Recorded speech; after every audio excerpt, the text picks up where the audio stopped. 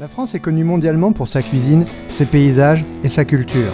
Mais on dit aussi que c'est le paradis de la pêche à la carpe. Alors j'ai voulu vérifier.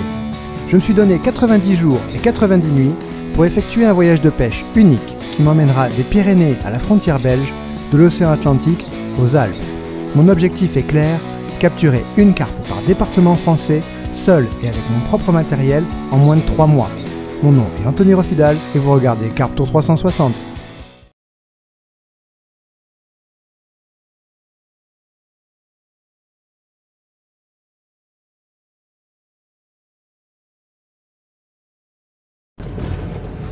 Salut les amis, bon on est reparti. Je suis à Toulouse, il fait beau, c'est l'été, j'ai mis le t-shirt à fleurs, c'est pour vous dire si je suis chaud patate.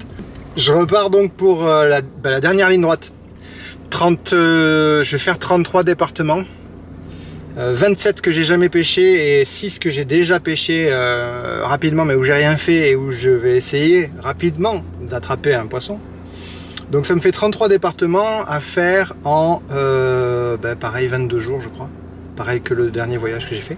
Donc voilà, j'ai chargé la voiture, j'ai plus de choses que la dernière fois parce qu'évidemment maintenant on est mi-juin et les blancs, les indésirables, les carpes, tout le monde bouffe. Entre les bouillettes, les pellets, les noix tigrées, le maïs, je dois avoir peut-être pas loin de 80 kg d'appât pour 3 semaines. Donc ça fait pas mal, mais ça va passer très très vite. Vu que je vais pêcher, je sais pas, énormément de spots, peut-être 22 jours, j'en fais 3 par jour souvent, donc vous imaginez ça. Donc ça fait même pas 1 kg par poste. Là je pars direction la Haute-Vienne, limite Creuse. Et on va aller sur un lac de barrage. Je suis assez excité, ça va être cool.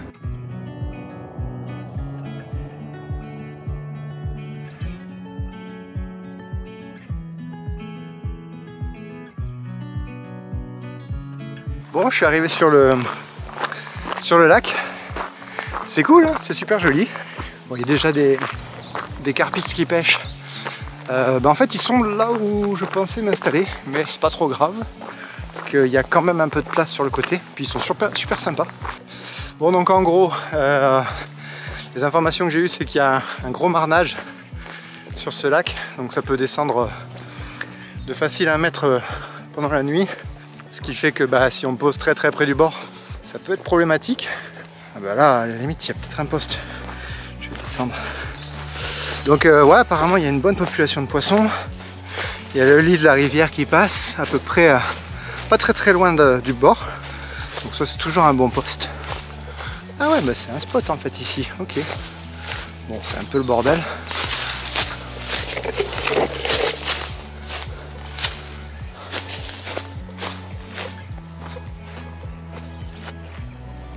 C'est pas mal.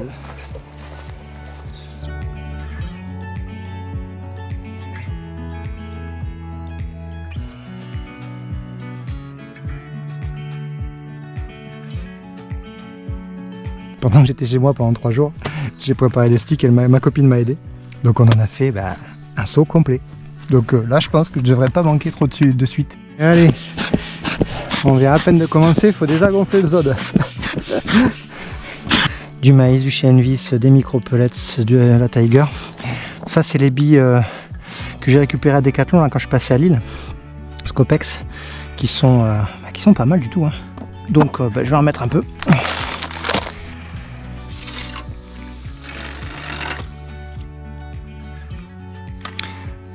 Ouais, voilà. Donc là-bas, il y a à peu près 2 mètres.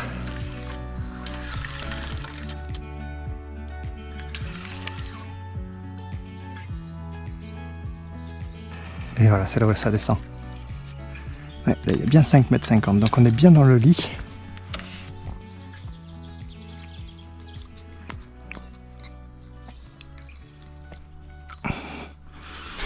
Donc on va amorcer le lit. Au niveau du virage. Et là-bas.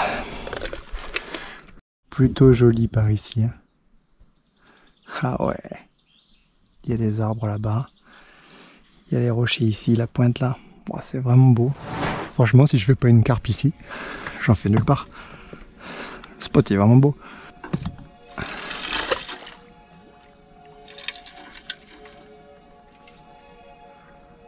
Ah, regardez-moi ça, comme c'est beau.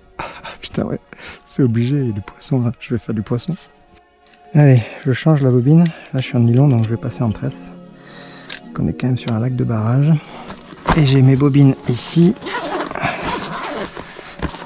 Celles qui sont montées en tresse. Voilà, donc tout simplement, je vais mettre celle-là à la place.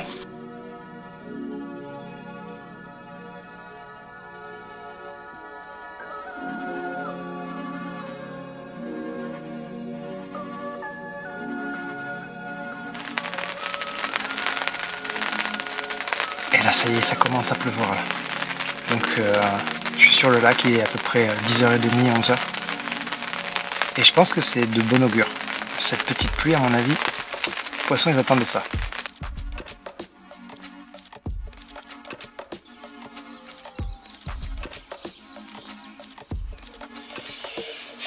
Bon les amis, une nuit assez bizarre.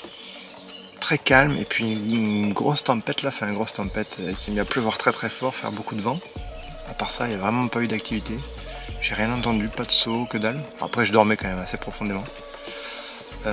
Je me suis levé à 6h30. Il n'y a pas beaucoup plus d'activité. J'ai fait un petit blanc là, sur ma canne. Mais ouais, pas beaucoup plus. Donc à mon avis, c'est mort. Étant donné qu'ici, apparemment, elle mord surtout la nuit. Donc je vais pêcher quand même encore 1 heure à peu près. On est tôt encore, donc ça peut dérouler. Et puis après, ben, je vais essayer d'aller rattraper le coup rapidement sur un autre lac qui n'est pas très loin.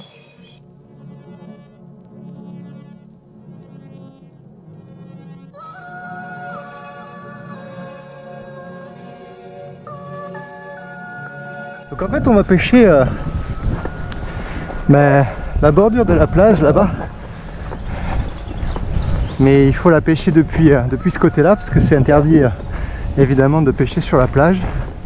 Alors, il y a du vent aujourd'hui, on va sortir le bateau amorceur parce qu'il faut aller poser en face, donc il y a une bonne distance. Un truc que j'ai pas vérifié en partant, c'est si mon bateau fonctionnait, si la batterie avait bien chargé, et en fait elle a pas chargé. En tout cas je sais pas ce qui se passe, mais ça marche pas. Je suis pas dans la merde parce que je peux pas aller poser. Et merde, putain. Bon, et ben là c'est niqué. C'est niqué les gars. Comment on va faire? Bon, bah dans la vie il faut être inventif, hein, donc je vais essayer d'aller poser la canne et de revenir avec. Mais il y a plusieurs obstacles, hein, donc c'est assez compliqué. La solution là, qui me plaît le moins, c'est d'y aller à la nage. Mais bon, s'il faut, je le ferai. Il faut que je le pose.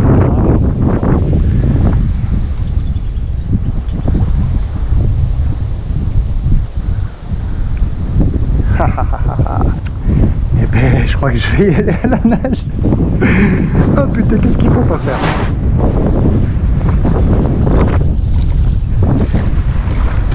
J'ai déjà froid. Je vais essayer de longer la bordure, hein. On va bien voir ce que ça donne. Donc du coup je vais en profiter pour bien poser. Ah, là il y a des cailloux, il m'a dit de poser en gros par ici. Donc on va faire ça.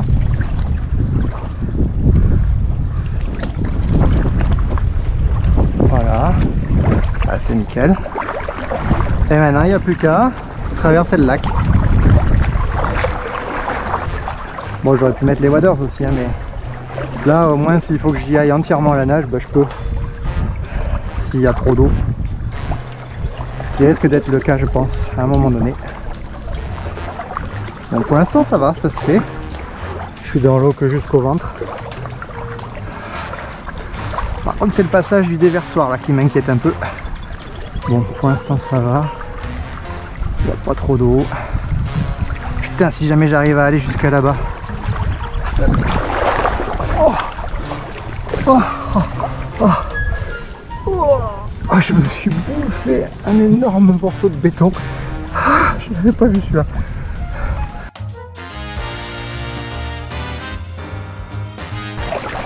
Ah, j'espère vraiment que sur Flocken, Je vais pas faire une brème.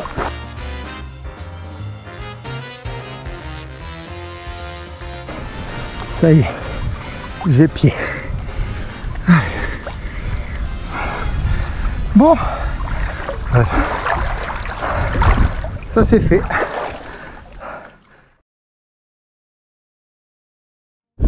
Les gars, je viens de la poser et je suis à poil. Je suis à poil. Je voulais changer de calbut et j'ai pas pu.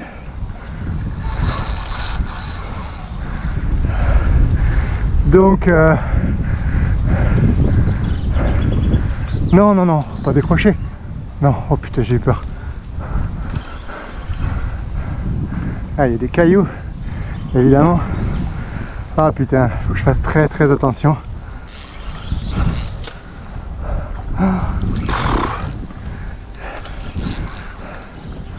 Il y a beaucoup de cailloux.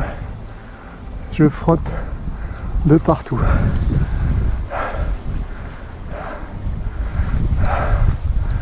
Ah, c'est très compliqué.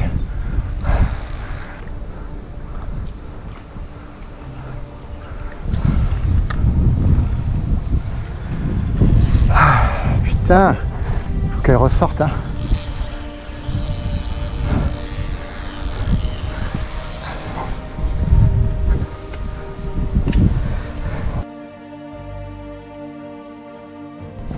Allez, au moins.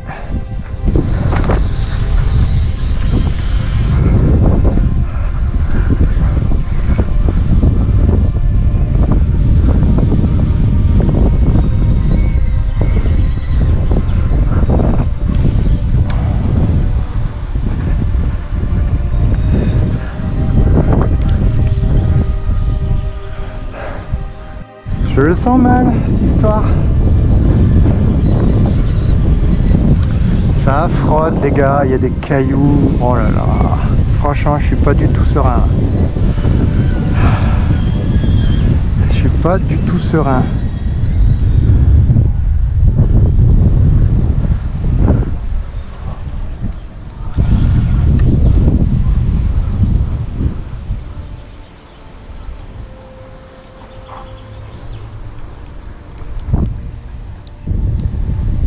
Ah, j'y vais tout en douceur, vraiment, centimètre par centimètre. J'ai le frein pas mal desserré au cas où. Parce que si là, moi, je serre mon frein, que je tire, le poisson tire de son côté, la tresse, elle va péter. Enfin, elle va frotter sur un caillou et ce sera fini. Et, évidemment, elle est passée derrière le piquet.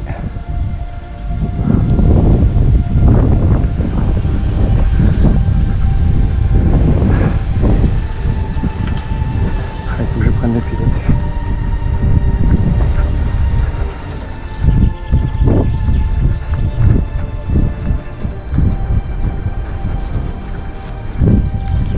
Bonjour.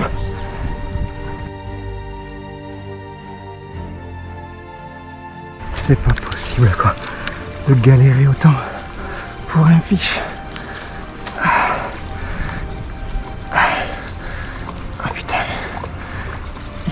J'arrive à descendre ici. Voilà.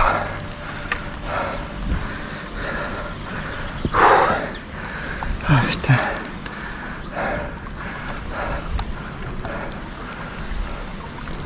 Ah, j'ai des ronces partout dans les pieds.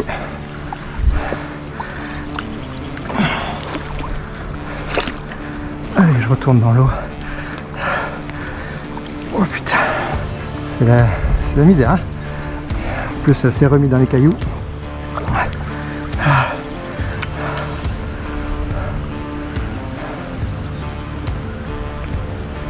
Ah putain, elle est bien bloquée là.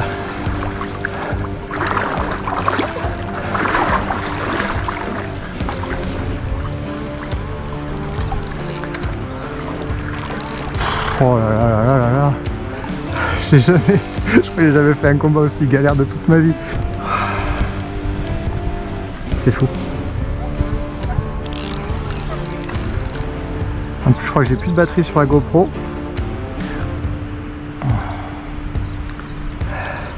Donc ça va couper d'une seconde à l'autre. J'y vais vraiment en douceur, c'est un combat qui a duré donc faut pas trop forcer quoi. Mais en même temps, faut pas la laisser aller là où elle veut non plus. Il y a encore des cailloux, ça tape et tout. Oh là là. Ah, elle est jolie. Elle est jolie. On vient de la voir là.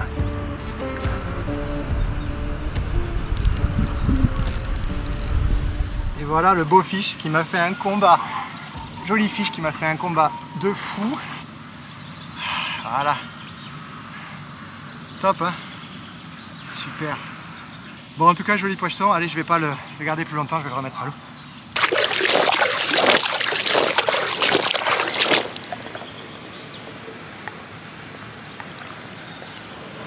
Impeccable. Superbe. Yes. Bon ben voilà, mon poisson de Haute-Vienne il est fait. Quel bordel, mais le poisson est fait. Yes. Ça valait le coup. Ça y est, département de la Creuse. J'ai mon caleçon qui sèche. C'est pas beau ça. Ah, désolé. Nous voici en Creuse, département sauvage. Il fera la joie des pêcheurs en tout genre, avec 3400 km de rivières et ruisseaux et 4000 hectares de lacs et étangs. La pêche de nuit est autorisée sur 6 lacs de barrage. Donc me voilà arrivé au lac de Faux-la-Montagne, dans la Creuse. Le lac est vraiment cool, c'est vraiment joli. Alors les températures, ça n'a rien à voir avec hier. Hier il faisait 36, là il fait 23. Donc on a perdu 13 degrés. Après c'est pas désagréable, hein. Il faisait vraiment trop chaud hier. Je vais aller faire le tour des postes parce qu'il y a 12 postes numérotés. Les carpistes ne peuvent pas se mettre où ils veulent. La question c'est si je pêche 2 jours à 2 cannes par exemple, est-ce que je peux me mettre où je veux? C'est une bonne question pour la Fédé de la Creuse. Bon enfin voilà, ceci dit, je vais essayer de jeter un petit coup d'œil au lac. Il est assez grand, 45 hectares, mais il est très beau. Si ça m'inspire, je reste. Si ça m'inspire pas, je bouge. Voilà, c'est aussi simple que ça. Donc on va aller jeter un petit coup d'œil. Allez. Ah, c'est toujours sympa de croiser des pêcheurs au bord de l'eau. Et bah, super sympa, voilà, on a bien discuté. Je me suis arrêté facile une demi-heure. Ça fait 2 jours qu'ils sont là, ils ont fait du poisson, mais que la nuit, rien en journée. Bon, je vais prendre le temps de repérer et je vais essayer de faire une pêche de jour, peut-être pas sur ce lac, sur un autre s'il y en a un.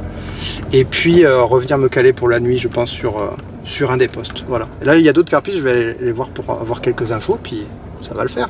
Bon, voilà, j'ai encore passé une demi-heure à discuter avec les autres carpistes. Ouais, aujourd'hui, j'ai pas beaucoup pêché. Hein. Et ben, j'ai exactement pêché 3 minutes, le temps que de faire une carpe en Haute-Vienne. Il doit y avoir moyen de faire du poisson en journée aussi ici. Hein. Les 2 pêcheurs à qui je viens de parler, là, ils en font en journée. Mais je leur ai demandé s'il y avait un étang pas très loin pour pêcher. Mais ils m'ont dit qu'il n'y avait vraiment pas grand chose. Que le plus près, il était à 30 ou 40 km, donc ça fait trop loin. Ça fait trop de kilomètres, il faut vraiment que j'économise les kilomètres. Ça, c'est vraiment la difficulté que j'ai, quoi, la difficulté principale.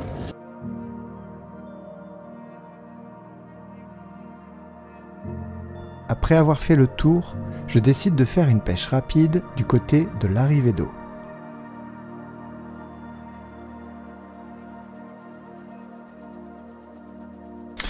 Ça va pas mordre.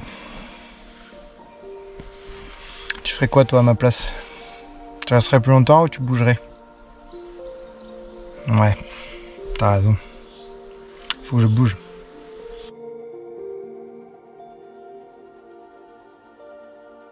Allez, on continue le repérage. Bon, en gros, j'étais vraiment à l'entrée du lac, à l'arrivée d'eau. Et bon, ça m'a pas plu des masses. Là, je suis venu me mettre plutôt un peu plus près de la digue, sur les derniers postes. Et alors, évidemment, ce sont des postes qui ne sont pas accessibles en voiture. Il faut porter tout le matériel. Et comme ce matin, je me suis déchiré le pied, franchement, j'ai vachement mal. Du coup, je sais pas si je vais porter tout le matériel. Mais pour moi, ouais, pour moi ici, c'est vraiment pas mal. On a le vent qui rentre, ouais, on est au poste numéro 3, il me semble.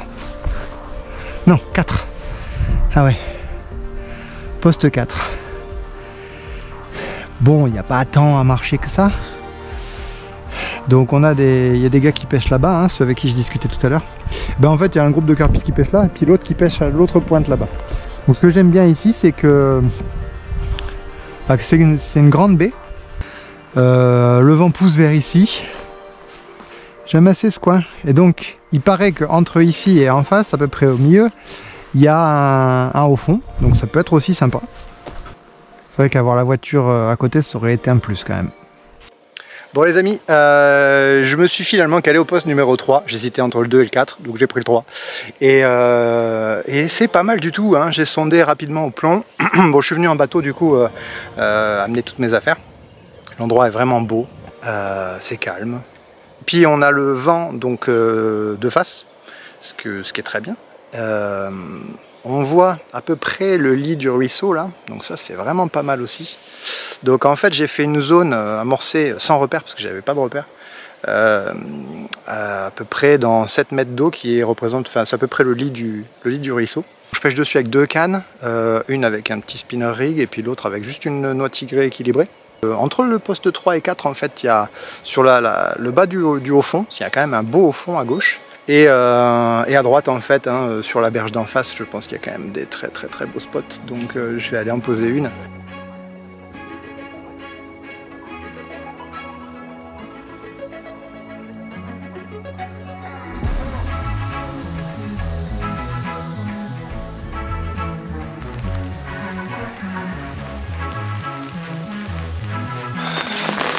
Putain les amis, là c'est la tempête dehors. Je suis allé poser une canne en bateau, je sais même pas comment j'ai fait pour rentrer. Je voulais faire des belles vidéos et tout, mais là il fait vraiment trop mauvais. Je suis un peu trempé et il y a énormément de vent, c'est surtout ça le pire, c'est le vent. C'est très compliqué. Je voulais l'avoir dans la gueule, je l'ai dans la gueule. Je pense vraiment que ça peut dérouler, mes 4 cannes sont bien. J'ai réamorcé parce que comme il y avait de la brème, du coup j'ai remis de l'appât. Pour qu'il reste quelque chose quand les carpes arriveront. Je sais pas à quelle heure ce sera, j'espère pas trop tard parce qu'il faut qu'il reste de l'appât et vu comment les brèmes sont voraces à mon avis, elles vont vraiment tout bouffer. Et donc je peux pas ressortir en bateau pour réamorcer, donc j'espère vraiment que ça va tenir. Donc là je vais tout couper, je vais le mettre au lit et j'espère que je serai pas emmerdé par les brèmes et j'espère que la prochaine fois que je rallumerai cette caméra, c'est pour vous montrer une carpe. Allez, on croise les doigts, tous les doigts de pied, tout. C'est bon pour ce soir. Allez, go!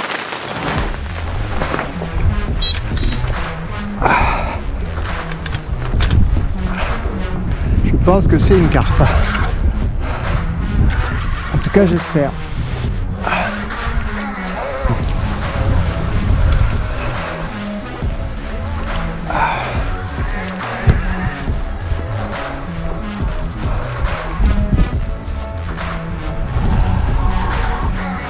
Je crois que, à mon avis, c'est parce qu'elle sait où elle va.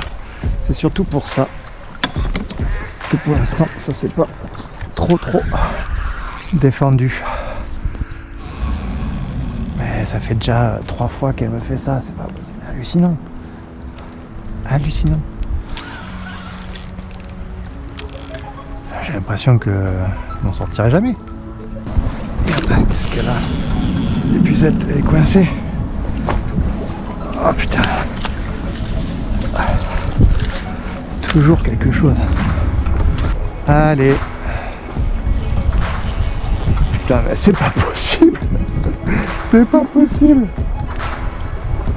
Alors là, je peux vous dire que ce poisson, ça fait peut-être 5 fois que je le ramène, 5 fois qu'il repart.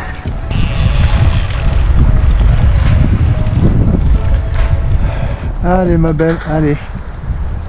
Allez, faut se rendre maintenant.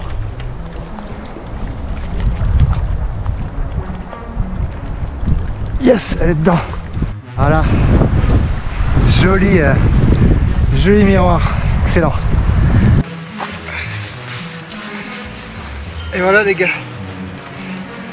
La carpe de Creuse de Faux-la-Montagne. Très joli poisson.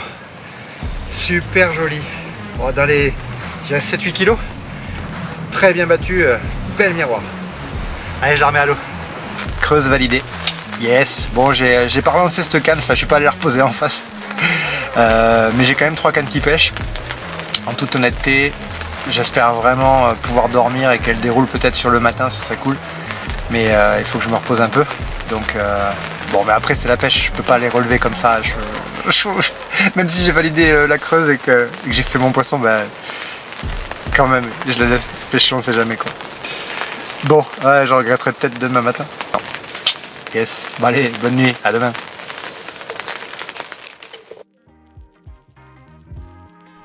C'est le bilan. Et après quelques jours de pause, on est reparti sur les chapeaux de roue. Même si je me suis fait mal et que je consomme beaucoup d'énergie pour la moindre carpe, ça mord, et ça, c'est le principal.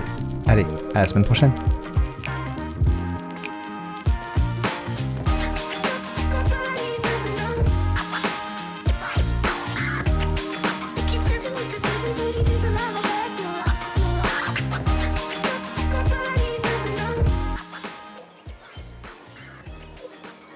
Si comme moi vous êtes toujours en mouvement, choisissez l'abri Tracker Tempest.